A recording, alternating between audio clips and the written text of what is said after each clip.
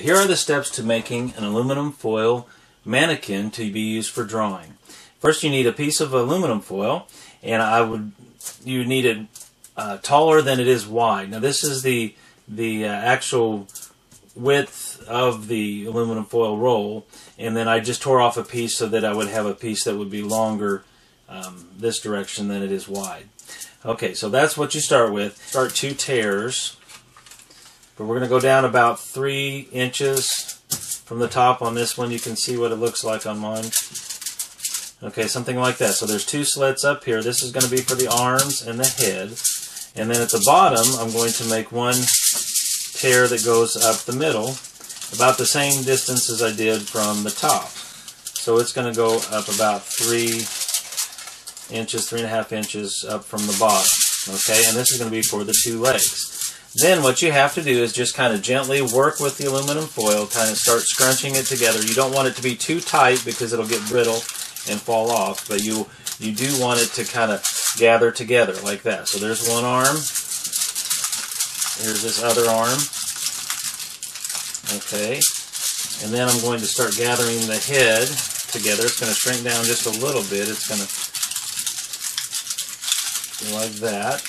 Again, this is all kind of loose, not too tight. Then I'm going to work with the legs, and I'm going to do the same thing I did with the arms. I'm going to kind of scrunch this piece together. Okay, like that. And you can see it starting to take form. Then I'm going to scrunch this other side together, but not super tight. You don't want it to be brittle. Okay, and now it looks kind of like a flying squirrel. I'm going to gather the middle, push the middle together. Okay. Now, the nice thing about aluminum foil is if you mess up, usually you have a lot on the roll and you can go back and try it again. So it's something you can practice till you get just right. But once you have this, it's going to be good for a little while to use. It won't last you a long time, but it will last a while that you can use it and pose it so that you can have something to draw in front of you. So you just kind of keep working with it until it starts looking like a person. It's taking shape and form like a person. Alright, and then you can also kind of make it more of a 3D thing where you scrunch around the edges so that it has some depth to it. It goes around the sides and not just flat. Okay, so here's the basic form, and then you can bend the knees or bend the arms until you get to a pose that you want. Say a running man pose, we could do something like this.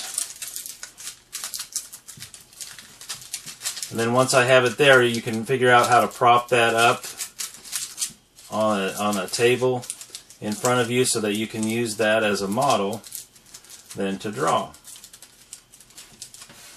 Okay, well, now it looks like he's doing some kind of karate move.